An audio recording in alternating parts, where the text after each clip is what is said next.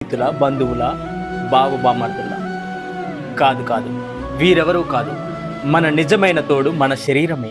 మన శరీరం మనకు సహకరించని రోజున మన దగ్గర ఎన్ని కోట్లున్నా, ఎంతమంది డాక్టర్లున్నా, ఎంతమంది జనాలున్నా ఏమీ చేయలేరు, కాటికి సాగనంపడం తప్ప. ఒక్కసారి మన శరీరం స్పందించడం ఆగిపోతే ఎవ్వరూ కూడా మన దగ్గర ఉండరుగాక ఉండరు. మీరవునన్నా కాదన్నా ఇదే నిప్పుల్లాంటి నిజం. నీవు నీ శరీరం మాత్రమే జననం నుండి మరణం దాకా కలిసి ఉంటారు.